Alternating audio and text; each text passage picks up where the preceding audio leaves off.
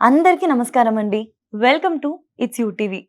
ప్రస్తుతం మనతో పాటు ఉన్నారు శ్రీ విద్యా ఉపాసకులు. అంతేకాదు మైసూర్ అవధూత దత్తపీఠానికి ఆస్థాన విద్వాంసులు. వారెవరో కాదు, డాక్టర్ క్రూవి పార్థసారథి గారు. వారి దీక్షానామం శ్రీ పరమానందనాథ. వారితో మాట్లాడి మనకున్న సందేహాలన్నిటిని కూడా నివృత్తి చేసుకునే ప్రయత్నం చేసేద్దాం. నమస్కారం గురుగారు. నమస్కారం. చెప్పమ్మా. గురుగారు, ఒకప్పుడు మన అమ్మమ్మల్ని, ఇప్పుడు అమ్మల్ని చూసుకుంటే ఖచ్చితంగా వాళ్ళ మెడలో నల్లపూసలు అనేది వేసుకుంటా ఉంటారు. అసలు నల్లపూసలు ఎందుకు వేసుకోవాలి? దాని ప్రాముఖ్యత ఏంటి గురుగారు? నల్లపూసలు వేసుకోవటం అనేది అసలు మన సంప్రదాయంలో లేదు. హుహు. భారతదేశం యొక్క సంప్రదాయంలో నల్లపూసలు లేవు. హ్మ్. ఇంకో మాట మనం గట్టిగా చెప్పాలి అంటే మంగళసూత్రాలు కట్టడం అంటారు కదా, తాళిబొట్టు అంటారు. హ్మ్. అది కూడా మన సంప్రదాయం కాదు.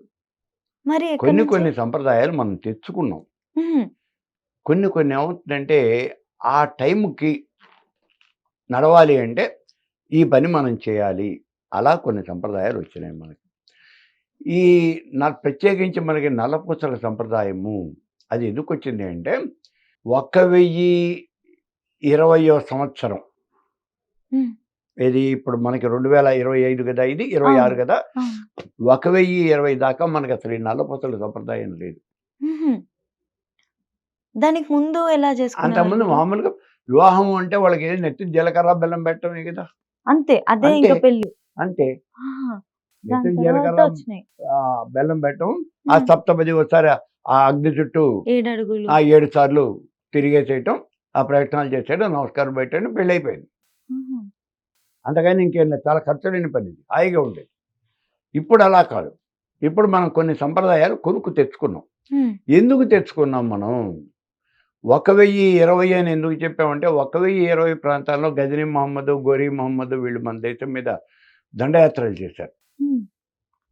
అంతే కదా. ఆ! ఈ దండయాత్రలు చేసినప్పుడు గజనీ కేవలం దండయాత్ర చేసి దొరికినంత వరకు సొమ్ము పట్టుకుని లేచిపోయాడు ఇక్కడి నుంచి. హ్మ్. ఆయన ఇక్కడేం రాజ్యం స్థాపించుకోవాలా. హ్మ్. గోరీ వచ్చేటప్పటికి మహమ్మద్ గోరీ ఆయన రాజ్యస్థాపన చేయాలి. ఆయనకి 2 ఒకటి డబ్బులు కావాలి. కాబట్టి ఇక్కడ కొల్లగొట్టేయాలి. హ్మ్. రెండోది ఏమిటి అంటే మత వ్యాప్తి కూడా చేయాలి. ఆ మత వ్యాప్తి చేయాలంటే ఇక్కడ రాజ్యస్థాపన చేయాలి. ఆ రాజ్యస్థాపన చేశాడు. మత వ్యాప్తి కావాలి అంటే ఎలా పెరగాలి? వాళ్ళ యొక్క జనాభా పెరగాలి. వాళ్ళ జనాభా ఎలా పెరుగుతుంది? ఎక్కువ మంది పిల్లల్ని కనాలి. హ్మ్. అందుకని వాళ్ళు వాళ్ళ మతంలో చెప్పారు అని, ఆ మతంలో ఉన్నది అని అంటూ ఉన్నటువంటి ఆ బహుభార్యాత్వం అనే దాన్ని పైకి తీసుకొచ్చారు. ఓకే. ఓకే. ఎంతమందినైనా చేసుకోవచ్చు. హ్మ్. కాబట్టి ఇక్కడ ఒక ఆడపిల్ల అనేది కనిపిస్తే చాలు దాన్ని ఎత్తుకెళ్ళిపోయి పెళ్లి చేసుకునేవాళ్ళు. ఆ హ్మ్. నిక్క కట్టేసేవాళ్ళు అంతే.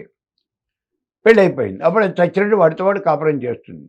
పిల్లల్ని కంటుంది. ఎంతమంది పిల్లలు కంటే అంత వాళ్ళే కదా. అవునవును. అంత వాళ్ళు ఆ ముస్లిమ్స్ అయిపోతారు కదా. అవును. అలా ఆ జనాభా అనేది విపరీతంగా పెరగటం అనేది మొదలుపెట్టింది. అసలు ఆ రోజుల్లో మనకి యొక్క పరిస్థితి ఏమిటి అంటే మన పిల్లల్ని మనం కాపాడుకోలేకపోతున్నాం. మనలోన యూనిటీ లేదు. అంతా అనేకత్వం మనం. మనలో మనం కొట్టుకు చస్తున్నాం. మరి మన పిల్లల్ని ఎట్లా కాపాడుకుంటాం? హ్మ్. అప్పుడు ఊళ్ళో ఉన్నటువంటి పెద్దలంతా, చదువుకున్న పండితులంతా వాళ్ళు సమావేశమై ఏం చేద్దాము? ఆలోచించి చర్చలు వాళ్ళు సభలు పెట్టుకున్నారు. ఆ సభల్లో వాళ్ళకి దొరికినటువంటిది ఏమంటే వాళ్ళ దగ్గర ఒక మైనస్ పాయింట్ దొరికింది. హ్మ్. ఏమిటి అంటే వివాహమైనటువంటి స్త్రీ జోలికి వెళ్ళకూడదు. వాళ్ళు వెళ్ళరు. హ్మ్. ఆ ముస్లిమ్స్ వివాహమైనటువంటి స్త్రీ జోలికి వెళ్ళరు. హ్మ్. అదొకటి దొరికింది మనకి. అదొకటి పెద్ద అడ్వాంటేజ్ మనకి. బ్రహ్మాస్త్రం దొరికినట్టు దొరికింది. రక్షణ కవచం దొరికింది మనకి. హ్మ్. దాంతో వీళ్ళు ఏం చేశారు? పిల్ల కనిపిస్తుంది రోడ్డు మీద, దాన్ని పెళ్లి చేసి వదిలిపెట్టేశారు. హ్మ్. హ్మ్. పిల్లకి పెళ్లి చేశారు. అప్పటి వరకు అసలు మనకి ఈ చిన్న పిల్లలకి వివాహం చేయడం, బాల్య వివాహాలోనే అప్పటి వరకు లేవు. ఈ అష్టవర్షాత్ భవేత్ కన్య అని చెప్తూ ఉన్నారు కదా. 8 సంవత్సరాల పిల్లకి అంటే పిల్ల వయస్సు కాకముందే దాన్ని పెళ్లి చేసేయాలి అని చెప్తున్నారు. ఇది ఇప్పుడు అప్పటి నుంచి వచ్చింది. ఇది వాళ్ళ దగ్గర నుంచి మనల్ని కాపాడుకోవడానికి వచ్చింది. కాపాడుకోవడం. అంతకుముందు ఎవరికి అట్లా పెళ్లి చేయలే. హ్మ్. ఎక్కడ చేశారు? భారతంలో శంతనుడు ఆవిడ సత్యవతిని వివాహం చేసుకున్నాడు. అప్పటికే సత్యవతి వ్యాసుడిని కన్నది. హ్మ్. అంతే కదా. మరి అలాగే ఈ పాండురాజు కుంతిని చేసుకున్నాడు. కుంతి అప్పటికే కర్ణుడిని కన్నది. మరి వాళ్ళేం చిన్నపిల్లలు కాదు కదా. అవును. రామాయణంలో రాముడికి సీత అంటే ఆవిడేమి 8 ఏళ్ల పిల్ల 7 ఏళ్ల పిల్ల కాదు. హుహు. అలాగే భాగవతంలో రుక్మిణీదేవి, ఆ రుక్మిణీదేవి కూడా ఏమి 6 సంవత్సరాల పిల్ల 7 సంవత్సరాల పిల్ల కాదు. హ్మ్. ఆవిడ ఇంగిత జ్ఞానం ఉన్నటువంటి పిల్ల, యవ్వనవతి అయినటువంటిది. కృష్ణుడికి లెటర్ కూడా రాసింది. కృష్ణ నువ్వు వచ్చి నన్ను చేకొని పొమ్ము, రాక్షస విధిని చేకొని పొమ్ము అని రాసింది ఆవిడ. కాబట్టి ఆవిడ పెద్దదే, చిన్నదేం కాదు. ఇట్లా గనుక మనం చూసుకున్నట్లయితే ద్రౌపది స్వయంవరం, ద్రౌపది హ్మ్. ఆవిడ యుక్త వ్యక్తురాలు. అసలు అగ్నిహోత్రంలో నుంచి ఆ హోమకుండం నుంచి రావటమే అలా వచ్చింది ఆవిడ. హ్మ్. కాబట్టి అంతకు ముందు అసలు మనకి ఈ ఆచారం ఉండేది కాదు. చిన్నపిల్లలకి వివాహం చేయటం అనే ఆచారం ఉండేది కాదు. అసలు బాల్య వివాహాలే లేవు మన అసలు పురాణంలో. అవన్నీ మనకు తెలియవు. హ్మ్. మనకు వేదంలో ఎక్కడా లేవు, మనకి తెలియదు. అలా నడిచిపోతోంది. నడిచిపోతూ ఉన్నటువంటి ఈ పరిస్థితిలో ఇప్పుడు ఈ ప్రాబ్లం వచ్చింది మనకి. మన ఓకే. పిల్లల్ని వాళ్ళు ఎత్తుకుపోతున్నారు, ఏం చేయాలి? దాని పెళ్లి కనుక మనం చేసి వదిలిపెట్టేసినట్టయితే దాని జోలికి రారు. ఇది సేఫ్‌గా ఉంటారు. ఇది ఒకటి దొరికింది మనకి. హ్మ్. అమ్మయ్య ముందు ఓ పాయింట్ దొరికింది కదా. అవును. ఇందులో నుంచి బయటపడదాం. ఇప్పుడు మళ్ళీ ఇంకో ప్రాబ్లం వచ్చింది. ఈ అమ్మాయికి పెళ్ళయిందనే సంగతి వాడికి ఎట్లా తెలుస్తుందండి? నువ్వు చెప్పక నీకు తెలియటం కాదు, హ్మ్. హ్మ్. వాడికి తెలియాలి. అవతల వ్యక్తికి తెలీదు. అవతల వ్యక్తి ఎవడైతే ఎత్తుకుపోతాడో వాడికి తెలియాలి. అప్పుడు ఈ అమ్మాయికి పెళ్ళైపోయిందయ్యా, ఈ అమ్మాయి జోలి మనం వెళ్ళకూడదు అని అవతలకి వెళ్ళిపోతాడు. హ్మ్. ఆ విషయం వాడికి ఎలా తెలుస్తుంది? రోడ్డు మీద వాడు పోతూ కొంతమంది మెడలో ఈ బోర్డు కట్టి పంపిస్తారు చూడండి, మూర్ఛాల రోజు అని బోర్డు కట్టి పంపిస్తూ ఉంటారు. వాడికి మూర్ఛాల రోజున మనకి ఎలా తెలుస్తుంది? ఆ బోర్డు చూసాం కాబట్టి తెలుస్తుంది. అట్లాగే ఇక్కడ కూడా ఈ అమ్మాయికి ఎలా పెళ్ళయిందని మనకి ఎలా తెలుస్తుంది? వాళ్ళకి ఒక ఆచారం ఉంది. ఏమిటి ఆచారం? పెళ్ళైనటువంటి వివాహమైనటువంటి స్త్రీకి మెడలో నల్లపూసలు కడతారు. ముస్లిమ్స్ దాంట్లో. ముస్లిమ్స్ నల్లపూసలు కడతారు. ఓకే. కాళ్ళకి మట్టెలు పెడతారు. కాబట్టి మట్టెలు, ఈ నల్లపూసలు మన ఆచారం కాదు, వాళ్ళవి ఆచారం. ఓకే. ఇప్పుడు నేను మీ ఆచారం ఏదో నేను పాటిస్తే నీకు తెలుస్తుంది తప్పించి, మా ఆచారం పాటిస్తే మీకెట్టా తెలుస్తుంది? తెలీదు కదా. మీ ఆచారం నేను పాటించాలి. అందుకని వాళ్ళ ఆచారం ఏమిటి? నల్లపూసలు, మట్టెలు. హ్మ్.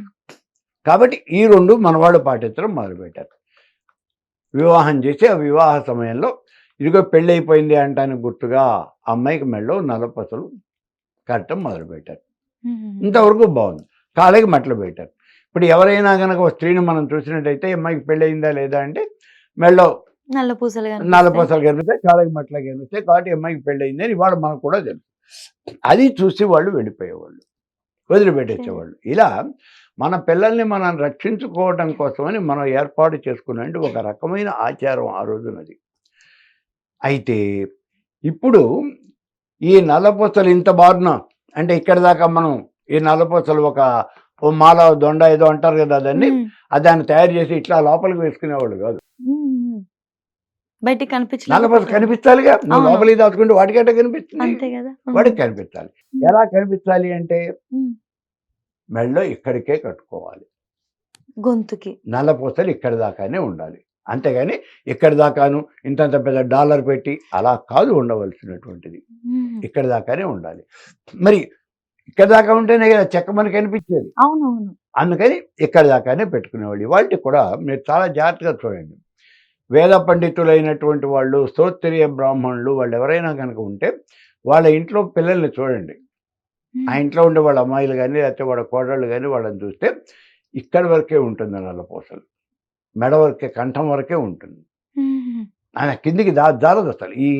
దీన్ని నావుగుంట అనేదో అంటారు ఇక్కడ ఉండేది. హ్మ్. అవి దాటి కిందికి రాదు. ఓకే. వస్తే కనిపిస్తుంది కదా. హ్మ్. హ్మ్. అందుకని అలా పెట్టుకునేవాడు. కాళ్ళకి మట్టలు పెట్టుకునేవాడు. వాళ్ళు చూడంగానే కింద చూస్తే మట్టలు కనిపిస్తాయి, పైన చూస్తే నల్లపూసలు కనిపిస్తాయి, ఈ అమ్మాయికి పెళ్ళయింది అని వాడు వెళ్ళిపోయేవాడు. హ్మ్. అది రాను రాను ఇవాల్టి రోజున మనకి ఆ ఎత్తుకెళ్ళిపోయేవాళ్ళు లేరు. ఇప్పుడు ఇటువంటి ఆచారాలు లేవు మనకి. అయినప్పటికీ మనం ఆ రోజున ఇంప్లిమెంట్ చేసినటువంటి ఈ ఆచారం మాత్రం మన దగ్గర ఉండిపోయింది. ఓకే. ఓకే. గురువుగారు మనకిప్పుడు ఇలా ఉండిపోయినటువంటి ఆచారంతో ఇప్పుడు ఇదేమైంది? హ్మ్. ఇది ఫ్యాషన్ పెరేడ్ అయిపోయింది. హ్మ్. నల్లపూసలు మేము 3 వరుసలు చేయించుకున్నామండి అని ఒకళ్ళంటే, మేము 5 వరుసలు చేయించుకున్నాం అని ఒకళ్ళు అంటున్నారు. దానికేదో కింద పెద్ద పెద్ద డాలర్లు వేస్తున్నారు.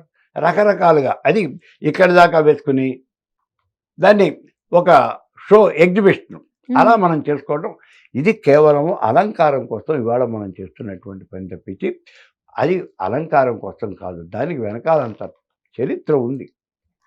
1000 సంవత్సరాలు 1500 సంవత్సరాల చరిత్ర ఉంది దాని వెనకాల. అది నల్లపూసలు అంటే. గురుగారు మనకి ఆ సందర్భంలో ఆ సంఘటనప్పుడు మెట్టలు ఇంకా నల్లపూసలు రావడం జరిగింది. మరి తాళి పెళ్ళయింది అని అంటానే గుర్తుగా ఆ తర్వాత కాలంలో తాళిబొట్టు అనేది కట్టడం మొదలుపెట్టారు. మంగళసూత్రము శుభమైనటువంటి తాడు, శుభప్రదమైనటువంటి పసుపు తాడు కట్టమన్నారు. పసుపు తాడు కట్టమంటే ఆ తర్వాత కాలంలో మన వాళ్ళు దాన్ని వీళ్ళక మాడిఫికేషన్ చేసి ఇదిగోనండి పుట్టింటి వాళ్ళు ఒకళ్ళు ఇస్తే అత్తింటి వాళ్ళు ఒకళ్ళు ఇస్తారు అని ఇలా పెడితే భద్రాచలం రాముడికి అయితే 3 మంగళసూత్రాలు ఉంటాయండి అన్నాడు. 3 కాదు 5 కట్టుకోండి, ఎవడు కాదన్నాడు మిమ్మల్ని. మీ బంగారం మీది, మీ మెడంతా వేసుకోండి. ఇలా తర్వాత మనం చేసుకున్నటువంటి ఆచారాలు ఇవన్నీ కూడా కేవలం అలంకారం కోసం మనం చేస్తున్నవి. ఇవాళ రోజునైనా సరే వివాహ తంతువులో ఆ నాకబలి అని అంటారు, ఆ నాగవల్లి అని అంటూ ఉంటారు మన వాళ్ళు. అక్కడ ఈ నల్లపూసలు పెడతారండి. ఇదంతా ఒక ఆచారం కింద మనం మార్చేసాం, అంటే ఒక తంతు కింద మార్చేసాం వివాహంలో ఆ రోజుల్లో. అదే ఇవాళ కూడా అలా కంటిన్యూ అయిపోతాం. మనం పెళ్లిలో కూడా ఆ ఉండే అన్ని ఈవెంట్స్ అండ్ తంతుల్లో ఒకటి పెళ్లి కాని అమ్మాయితో కూడా నల్లపూసలు అనేది అలా మన ఇష్టం, అలా వచ్చినవి పెళ్లి కాని అమ్మాయితో అని మనం అంటున్నాం. కాదండి, బాగా పెద్ద ముత్తైదువులు ఎవరైతే ఉంటారో, పండు ముత్తైదువులు ఎవరు ఉంటారో వాళ్ళతో ఈ నల్లపూసలు గుచ్చించడం అనేది ఒక సంప్రదాయం అని చెప్పి చాలా చోట్ల అలా గుచ్చించడం అనేది అలా జరుగుతూ ఉంది. అది వాళ్ళ ఆచారం. అసలు అదే ఒక ఆచారం అని చెప్తున్నప్పుడు ఇవాళ ఇష్టం. అయితే గురుగారు ఈరోజు తెలుసుకున్న కొత్త విషయం ఏంటి అంటే అసలు మన ఆచారం కాదు, మనకి ఒక సిచ్యువేషన్ లో ప్రమాదం వస్తుంది వేరే వాళ్ళ దగ్గర నుంచి అని అన్నప్పుడు వాళ్ళ కల్చర్ నే మనం తీసుకున్నాం, మన మహిళల్ని మన ఆడపిల్లల్ని రక్షించుకునే అంటే. ఓకే, అయితే చాలా మంది ఇప్పుడు మనం యూట్యూబ్ లో చూస్తే ఆడపిల్లలకి ఇది ఒక ఫ్యాషన్ అయిపోయింది. ఒకప్పుడు చక్కగా ఇలా వేసుకునే వాళ్ళు ఇప్పుడు మెడకి సన్నగా ఇలా వేసుకుంటున్నారు. ఎందుకమ్మా అలా వేసుకోవడం ఆ మాత్రం దానికి అనడము, ఫంక్షన్స్ ఉన్నప్పుడు బయటకు తీస్తున్నారు, ఉట్టప్పుడు తీయట్లేదు అంటున్నారు. సో వీటన్నిటిని పట్టించుకొని ఎవరు బాధపడాల్సిన అవసరం ఏమి లేదమ్మా, ఏమి లేదు. అసలు మంగళసూత్రాలు కట్టడం అనేది మన శాస్త్ర ప్రకారం అక్కడ మంగళసూత్రాలు కట్టడం అనేది ఏం లేదు అక్కడ.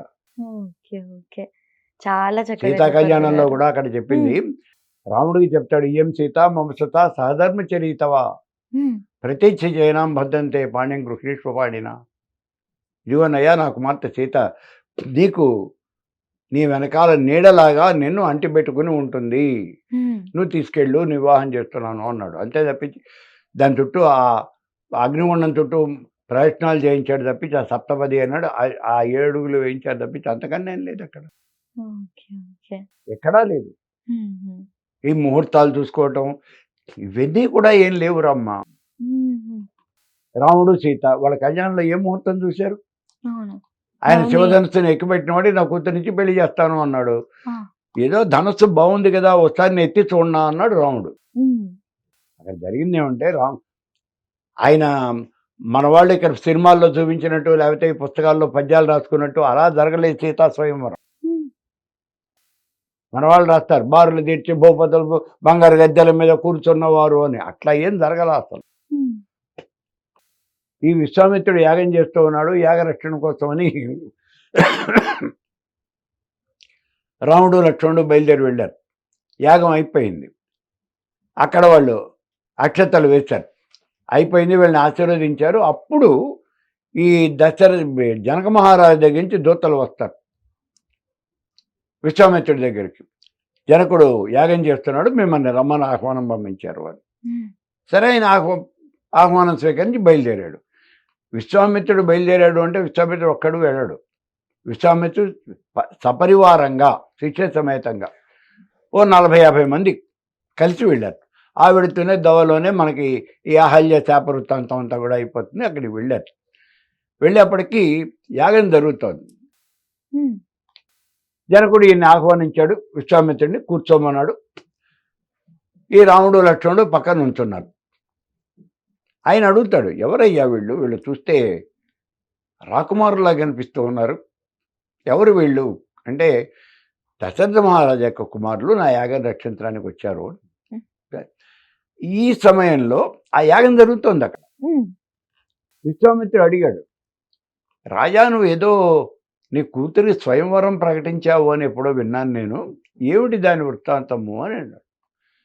అంటే నా కూతురు ఆ శివధనుస్సుని ఇట్లా చేత్తో తోసేసింది, అందుకని శివధనుస్సుని ఎత్తగలిగిన వాడు ఎవరైనా ఉంటే, అంత బలశాలి ఉంటే అతడికి ఇచ్చి నా కుమార్తెను వివాహం చేస్తాను అని నేను ఎప్పుడో ప్రకటించాను.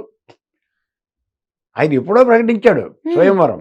ఓకే. వచ్చేవాళ్ళు వస్తున్నారు, చూస్తున్నారు, నమస్కారాలు పెట్టేస్తున్నారు, ప్రయత్నం చేసేవాళ్ళు చేస్తున్నారు, లేని వాళ్ళు వెళ్ళిపోతున్నారు. ఉమ్, అంతా జరిగిపోతూనే ఉంది. ఇప్పుడు ఇలా చేశాను అన్నాడు. విశ్వామిత్రుడు అంటాడు, ఆ ధనస్సు ఏదో మేము చూడొచ్చా అన్నాడు. ఉమ్, నిరభ్యంతరంగా అలాగే చూడు అన్నాడు. జనకుడి యొక్క ఆజ్ఞ మీద వాళ్ళు తీసుకొచ్చారు. ఆ ధనస్సుని బండి మీద పెట్టుండి తోసుకుని తీసుకొచ్చారు, ఇక్కడ పెట్టారు. ఇదిగో ధనస్సు అన్నాడు. ఉమ్, చాలా బాగుంది, చూడటానికి చాలా అందంగా ఉంది. ఎందుకంటే ప్రతిరోజు దానికి ధూపదీప నైవేద్యాలు సమర్పిస్తూ ఉన్నాడు జనక మహారాజు. ఇప్పుడు రాముడు అంటాడు, "ఇది చాలా బాగుంది, ఒకసారి దీన్ని ముట్టుకుని చూడొచ్చా?" దానికి జనకుడిని అడుగుతాడు, "ఏం మహారాజా?" దానికేమో నిరభ్యంతరంగా వెళ్ళి ముట్టుకున్నాడు. ఉమ్, ఏమైనా క్షత్రియుడు కదా, సరదా ఉంటుంది కదా. ఉమ్, అలా ముట్టుకున్న తర్వాత దీన్ని ఒకసారి పైకి లేపితే నిరభ్యంతరంగా లేవదీయి అన్నారు. చేత్తో పట్టుకున్నాడు, ఇలా పైకి లేవదీశాడు. అయిపోయింది స్వయంవరం. ఉమ్, ఉమ్. వాడు చెప్పింది, ధనస్సును పైకి ఎత్తిన వాడికి నా కూతుర్ని ఇస్తాను అన్నాడు. ఈయన పైకి ఎత్తేసాడు, అయిపోయింది.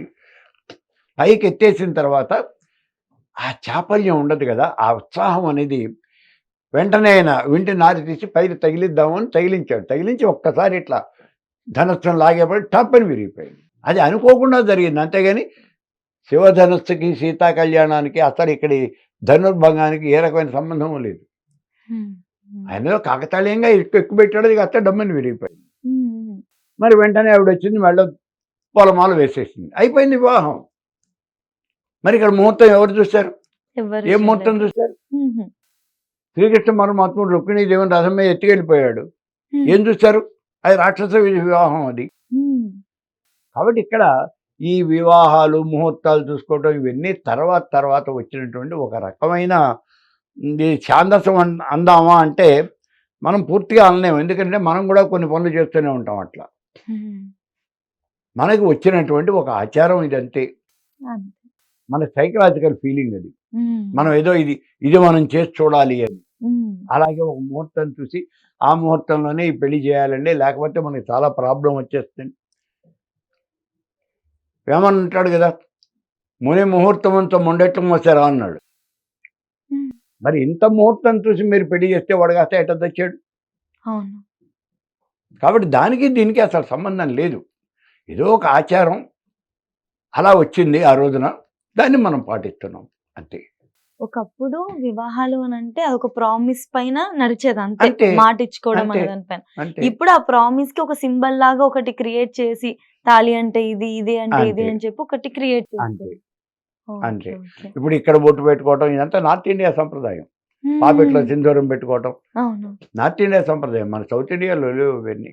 చాలా చక్కగా వివరించినందుకు, అసలు దీని వెనక ఎలాంటి కథ ఉంది, మనకి ఎందుకు ఈ ఆచారం వచ్చిందని కూడా చాలా బాగా వివరించారు గురుగారు. Very good. ధన్యవాదాలు.